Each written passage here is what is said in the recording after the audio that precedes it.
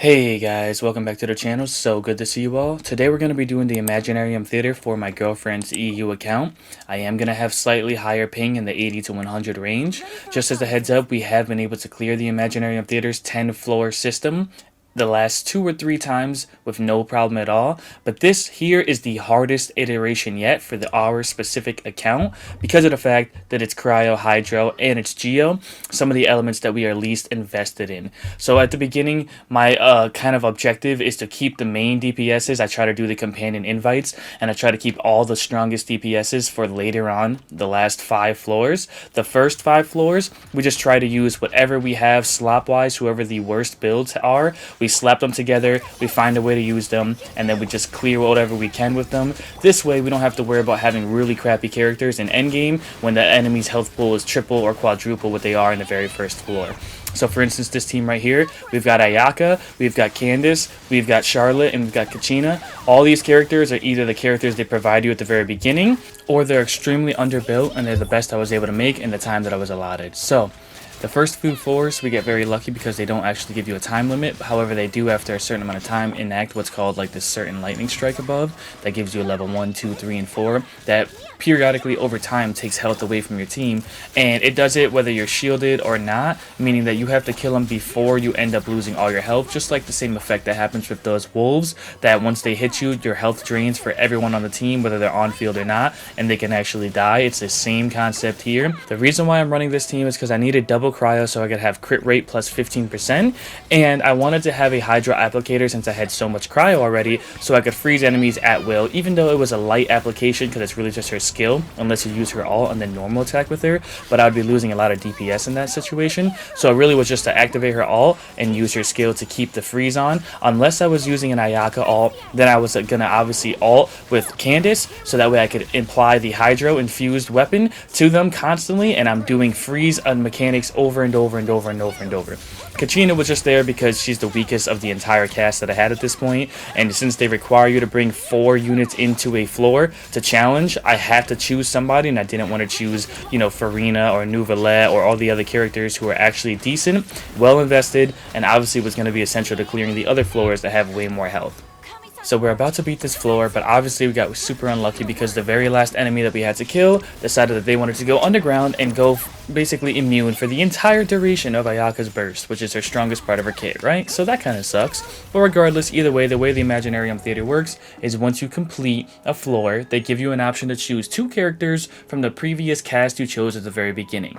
Obviously, in this situation, I'm going to choose Ganyu because I need more DPSs, and she is actually well built. I chose Child here for the companion select, and I did that a few times where I went to the companion selection screen, used some of my Phantasma flowers to build up the cast of characters that I could choose from to clear these floors. Now, for this next one, still early on, we're only on floor 2, I decided to rock the same team, Ayaka, Charlotte, Candace, and Kachina, because at the end of the day, I don't need crazy DPS, I just need to be able to clear them. I don't even care if I get the flowers, I'm not here for bragging rights, I'm not here for the extra flowers, because even though they give you like 90 extra flowers if you do the challenge within the floor, they don't really make that much of a difference in the end, and I've never had a situation where I ran out of points.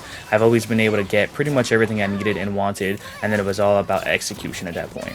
Now these guys right here kind of suck because they don't really seem to gravitate towards your position. I tried my hardest to move them around the map at will the way I wanted. They would not follow me. It was kind of annoying. So I kind of just had to one by one attack them, and since the strongest unit on this team was Ayaka, I just had to normal attack with her infused cryo attacks, and then when I got my burst, obviously trying to line them up so when one killed, it would push forward and obviously move to the other guy, and I could do damage to both of them at the same time. That was the only option I really had here. So this one does take a little bit longer than I'm proud of, but the good news is, hey, if it's in the video, we probably did some good things, right? So we're about to do this. We're going to clear out 1, we're going to clear out 2 because he's not too much, and we move on to these guys. These guys right here, I was glad that I had Kachina because they do have some shield or kind of like damage mitigation. As long as they have the Geo shield on them, they're not going to be taking the same amount of damage. So it's really good to kind of group them up together. I can switch to Kachina here, do my little floor slams, and boom, I get a buff towards my damage. And also I break their shield and stagger them to a point where they sit their butt down and take the damage at will. The good news about it, again, like I said, they're not too difficult. They don't have like a super crazy attack pattern. It's just swing, swing, and then swing. It's very oriented. It's very slow. You can see that the Treacherous Thunder Part 1 just came out, and that means that if you look at my character's health, they're slowly taking damage, and it's everyone on the team. It's not just one person, so that's very, very, very unfortunate. So at this point, I knew I needed to start to hurry up. If I didn't kill these guys quickly, I was going to get my ass kicked, right? So I was like, okay, these guys are going to start, hitting me. I'm going to also be taking AoE damage over time. That's killing my entire team. I need to hurry up and get these guys grouped and kill them. So my biggest objective here was break shields, use Ayaka's ult, and just try to get them grouped up as much as possible so I could do as much damage as possible. You can see, if you look at my health right now, every time that Treacherous Thunder comes down, it's taking a large portion of my health. And that's why Charlotte was so goated right here, because she was my healer to sustain me through all this damage I was taking. Yeah, getting swiped and also Treacherous Thunder, man, it's not fun. So long story short, we know that it's a foregone conclusion. It's just a formality at this point. And you could see I was taking a lot of damage from the Treacherous Thunder there. It was doing like 25% of my health, maybe a little bit less. It's insane, so you want to be quick with those.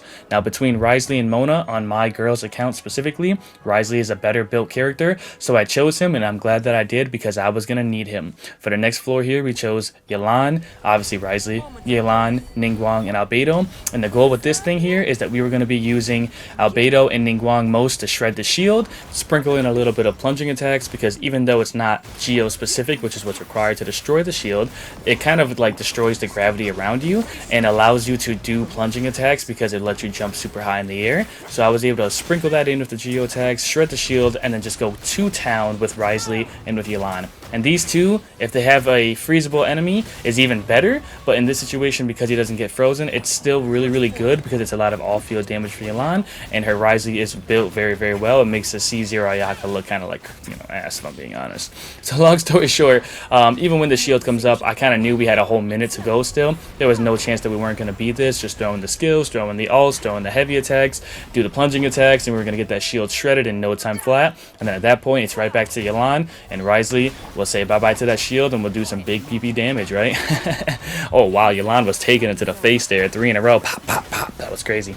Anyways, Wriothesley is a big fan favorite, I know, for a lot of people because of his edgy look, his big boots, his dark aesthetic, and just overall his style. And my girl is no exception. She's a big fan of him and likes him, so she put a lot of effort into him, and I'm thankful that she did because he saved us on this floor. Now we completed floor 3. We obviously get the option that we can choose our characters between Cookie and Kave. Oh my god, I chose Cookie Shinobu. I am not a big fan of Kave. Keep that in mind though, guys, because that's going to play a role later on in the game. There's something big that's going to happen, and it's funny how it all comes full circle. Alright, moving on to Act 4. We've got the biggest time waste and the most strategic part of the entire gameplay right here before us. So this is a tower defense style floor, but basically you have a monolith in the middle there, and the enemies spawn kind of in a circular motion around the monolith. Time goes down every time that you kill the enemies, but it also respawns in new enemies whenever you do that. So what I tried to do here is just utilize my freezing capabilities to keep them in place and aggroed on me away from the monolith, and that was it. So you notice when I first started, I used Ganyu. I attacked each one 3 times with normal attacks, got them both aggroed on me, and then I just kept them away from it. The problem with this strategy is that I did not realize that a ruin card was going to spawn in, and the moment that I take even a few seconds to aggro on him to get him to sit down with the 2 perfect shots on his weak point, one of the machines decided to move over to the monolith and start attacking it. So at this point I was forced, since 2 of them were attacking it and 1 of them was aggroed on me, I was forced to come over here and have to focus on these 2 enemies, get them frozen as much as possible, and do as much damage as I could to get that time down. My original goal was I was going to waste the whole 3.5 minutes, keep these 2 away from it, and call it a day, but because they spawned that ruin guard in and he went straight beeline right for it, I had no choice but to sit here and fight. At this point my objective was get the ruin guard taken care of first. He'll take the most time off the clock, and the other ones won't do nearly as much damage, so I'll just aggro them away from it again, and we'll enact the same strategy that I had originally, but now with 1 ruin guard gone and less time on the clock. The biggest thing is, if they didn't add this stupid ruin guard, I would have been able to keep them all aggroed on me and away from the monolith without any issues at all. But you guys know the name of the game. It's all about adaptation, right? Who can adapt to the newest form of the game, and who can do whatever the newest requirement is in order to get the completion. That's it. So I sat here with like 40 more seconds. I saw another guy come in, and I was like, nope, I'm not going to let you jump over there, because I know they have a huge knack for kind of just jumping on your location. I tried to aggro the one away from it. And with a little bit of luck and patience, we were going to be able to clear this floor with relatively no hassle, even though things didn't go quite according to plan. For the most part, we had a relatively easy going situation. Now another Ruin Guard decides to spawn here to my right at the last second, so I say nope, I'm going to kill this final enemy, get that time off the clock, and that way we can clear this floor with no further issues. We cleared floor 4, and they gave us Barbara and Ito as an option.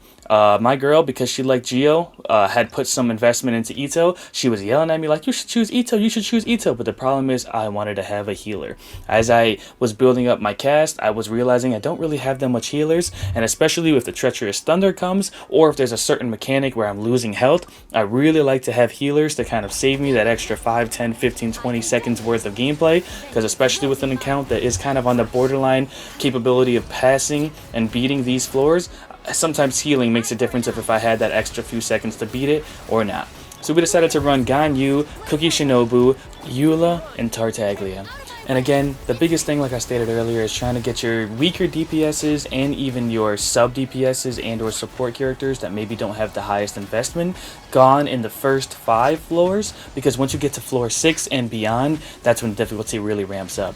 Now her Ganyu, super well invested, so of course I wanted to use her as the main DPS. And then the rest of the characters like Cookie, Eula, and Tartaglia, even though Tartaglia and Eula had some investment in them, they were not going to be enough to solo carry any content in the future, so I decided let's throw them on this team and get them done, so that way we have no issues at all moving on to the content that's actually difficult and where we need those main DPSs, those meta DPSs to come through and do their job so we can move on to the next act. So, the fun thing about this is you can kind of throw together whatever teams you want, using Tartaglia as a burst unit only, using Eula as a burst unit only, Ganyu kind of as a support, throwing out her burst, just to apply cryo and do some kind of sub DPS, and then using Cookie here just to kind of heal. These are teams that you would never put together if you were trying to run like Abyss, for instance. These are just teams that I had to put together in the Imaginarium Theater because of the fact that, well, this is what I had as like my weakest cast, so this is what I work with.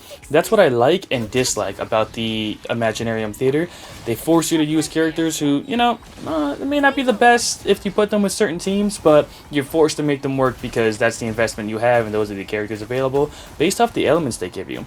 But you can see right here, we're pretty much about to finish this floor. We're down to the last 10 seconds, but it doesn't matter because we just completed the requirement of 7 out of 7 enemies dead in order to move on to the next floor. So I kind of just did a happy dance there. Took the last 8 or 9 seconds to kind of do my haha, cha-cha, whatever you want to call it, and called it a day. Honestly, moving on here, we knew that we had completed it. We wanted to see who was coming next. They gave us Rosaria, and they gave us Noelle, and wait, is her name Noelle? Nilu. It's Nilu. That's how you know that I haven't been playing Genshin. I've been playing Wuthering Waves like a madman. So it is what it is. Okay, now we're getting to the fun part. Or rather, the part that I wanted to smash my skull against the wall over and over and over again, because I could not find out a good team to build for this specific unit, because one is a weird unit that I don't really know that much about. I do know that he's a Natlan specific character, and a lot of the Natlan characters I don't really, or rather I should say enemies, I don't really know the mechanics to. So I struggled a lot with this specific unit because I couldn't figure out what the hell I needed to do in order to beat him, because he felt overly tanky for only a Act 6 boss. What I learned was that you needed to do healing. Apparently, if you did a certain amount of healing on field, then it would actually give that unit that you see currently doing the Kamehameha laser towards the enemy that we're shooting at right now, the ability to attack on our behalf the boss. And it actually does a substantial amount of damage. Each tick was like over 11k worth of damage, and I'm like, what the hell? I didn't know that.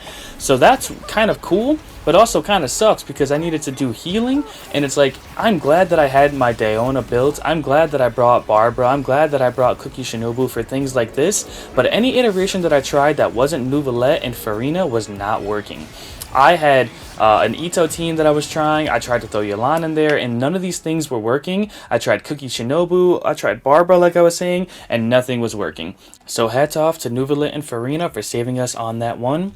Couldn't have done it without you, although I was was worried because now I had floor 7, 8, 9, and 10 to complete, and I didn't have Nouvellette for more than one iteration of those runs. This floor here, after choosing Yoon Jin from the previous completion, we needed to do perfection. I ran to the beginning, or rather to like the barrier's edge, and then I grouped together all of the enemies, froze them, shattered them, and then just kind of completely destroyed all three of them. I needed to do massive damage. Every time that I attacked, I needed them all to take damage, at least for a good 5 seconds or so, because they were too far apart and they did not ever group or kind of sprint in and aggro on me directly. So they never got close together, and then they always applied this fire shield, this pyro shield, that I needed Hydra to shred, which meant that they had damage mitigation for that. So everything was all about timing at this point, and I had to group them as quickly as I could and do as much damage as I could, because the phase 2, the fourth and final enemy of this act, was a little bit more of a tanky one mindset monster, and there was no chance that I was going to have enough time to destroy his health bar before the treacherous thunder came and started annihilating my health, because it did more. I felt like it was more health that it took away from me, and it was a quicker duration that it ended up coming this time around versus the first earlier floors that we talked about.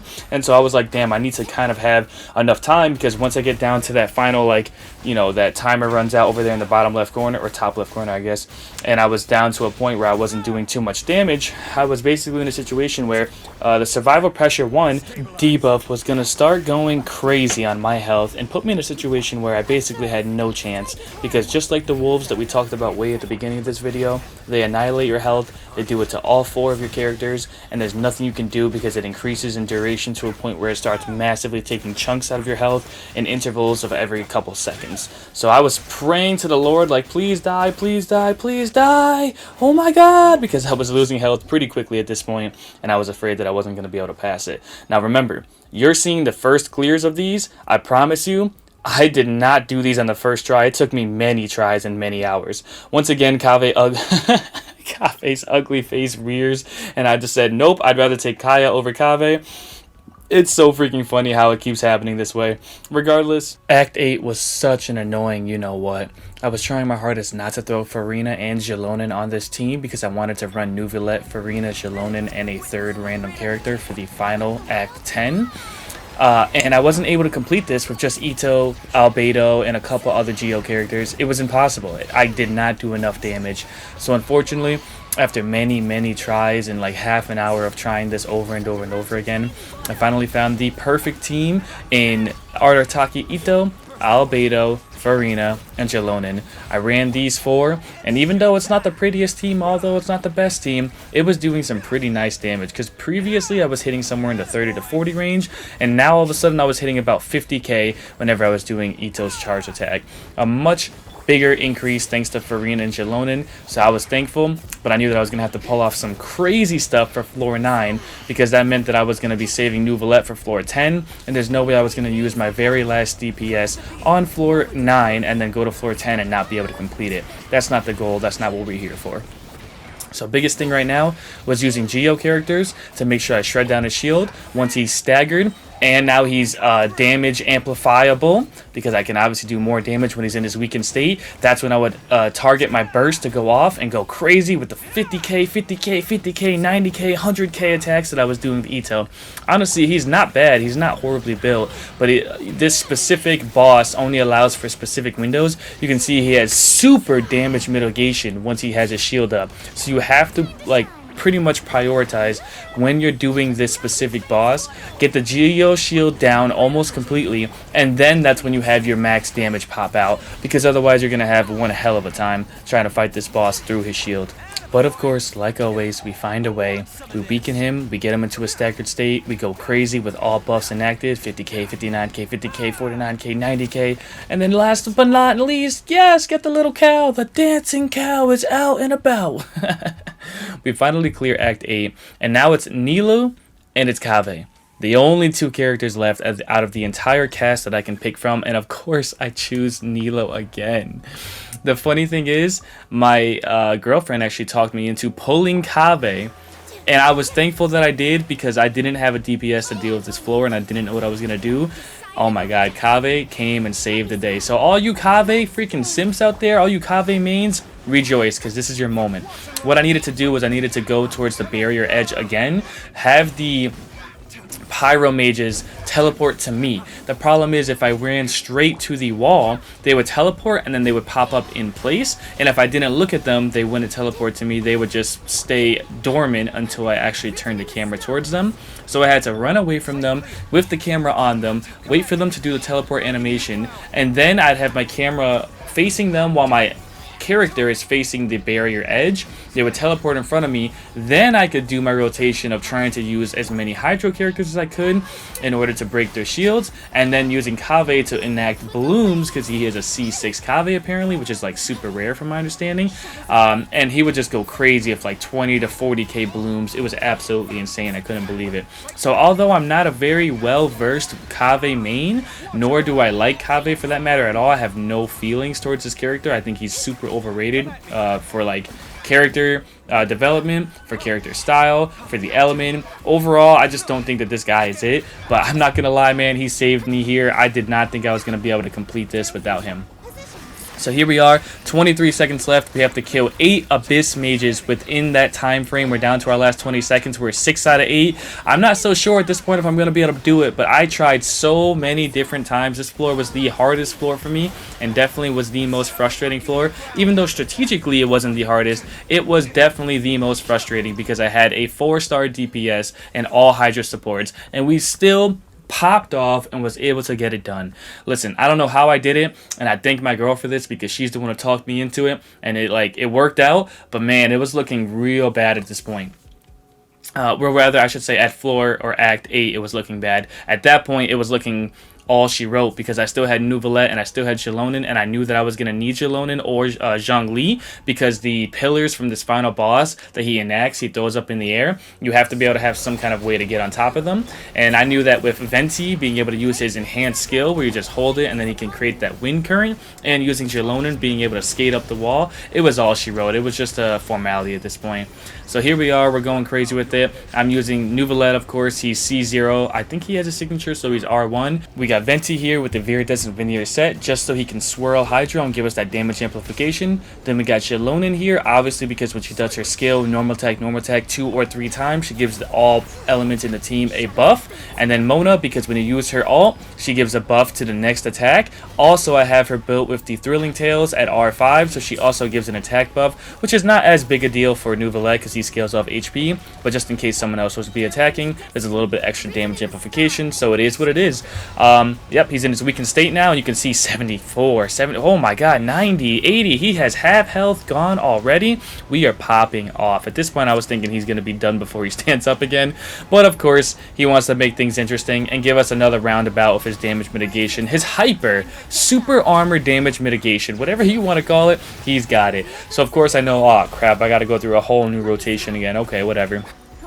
So I get myself set up just like usual, just like before. At this point, in my mind, I've won. But of course, because he's got this super damage, super armor, we're going to call it, I'm sitting here like, bro, you're making it interesting. I'm down to my last 20 seconds. Come on, like, we can't be doing this, all right? So I figured for now, I'm just going to keep attacking like normal, get his health as low as I can, even through the super armor. And then when I finally get him down and weakened, we can do the max damage and get him out of here. Well, of course, we're down to our last 10 seconds. He throws out the freaking thing. And anytime that I use Venti's skill, I'm forced to watch the animation. I was pissed about it. I was like, bro, I'm down to my last 4 seconds. But of course, knowing me, knowing us, knowing my girl's account, and the performance that I can put forth, we finally cleared it yet a freaking again. We took out all 10 floors with the craziest teams. This was the craziest Imaginarium Theater that I've ever done. I've done other people's account, I've done my own, and I've done my girl's. And out of those 3 that I've done, this one was the craziest because she had the least investment in her Cryo, Hydro, and her Geo supports and or DPSs, and we still found a way to clear it. Man, if you like this kind of content, you guys gotta give me a like, you gotta subscribe, and leave a comment. How did you think that Abyss, how did you think the Imaginarium Theater, and just in general, where Endgame is currently in Genshin Impact, how did you fare in all of that? What were your thoughts? And give me kind of just whatever you're feeling about this video in the comments below, man. I want to hear from you guys. I want to know what you're thinking. I would appreciate it so much. Like, honestly, I love talking to you guys, so I will respond to anyone who leaves a comment. Just go ahead and put your thoughts down below, and let's pop off, huh? With that being said, I'm going to allow the rest of the video to play out, and I hope you guys enjoyed the video because honestly, I had a blast making this video. It was a lot of fun. It was really difficult, challenging, but you know who I am. You know how I am. I enjoy the challenge. I enjoy the fun. That is the best part about playing, just in general, being a YouTuber slash a hardcore gamer. When things are done that are not able to be completed by the average individual, I get a feel-good feeling, right? I get a sense of fulfillment because I know that other people couldn't do what I could do. With that being said, I'm not going to talk your ear off anymore. Don't forget to like and subscribe if you like the content, and I'll catch you in the next one. Godman out.